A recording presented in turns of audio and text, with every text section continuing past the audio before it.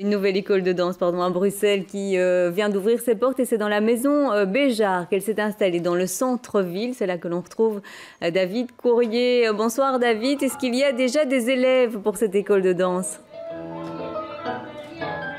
Écoutez, regardez derrière moi, les images parlent d'elles-mêmes. Une classe de danse, Muriel est en train de répéter, est en pleine répétition. C'est une classe de ce conservateur de danse qui est accueilli ici par la maison Béjart. Et nous sommes, figurez-vous, dans une pièce un petit peu mythique, car c'est ici que Maurice Béjart a créé ses ballets les plus connus, comme le Boléro ou encore l'Oiseau de feu. J'ai à côté de moi Michel Robert. C'est vrai, Michel, vous êtes président de la maison Béjart. C'est vrai qu'on est dans un endroit mythique ici. Hein. Alors, c'est assez incroyable. Béjart a toujours dit que ses ballets les plus importants, ils avaient créé entre 1960 et 1970. C'est pas de la légende, ça ? Non, c'est ce qu'il m'avait dit et c'est ce qui est tout à fait confirmé par d'autres.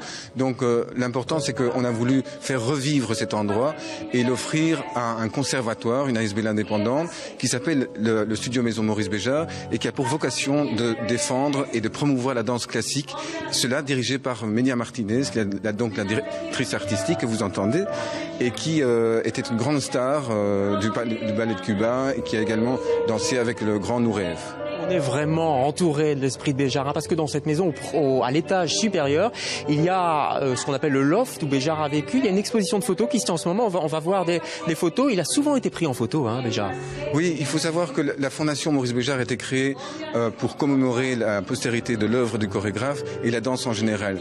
Donc on organise différentes activités, dont maintenant cette grande exposition, Béjart Parcours Libre, qui a pour vocation de montrer un peu des choses qu'on ne connaît pas vraiment de l'univers de Maurice Béjart. C'est-à-dire Béjart et ses jeunes années, avant Bruxelles, avant son arrivée en 1959, avec le ballet de l'Étoile, eh bien, il y a vraiment déjà un patrimoine important, Symphonie pour un homme seul par exemple. En un mot, très brièvement, comment se fait-il que Béjart soit aussi connu encore aujourd'hui ?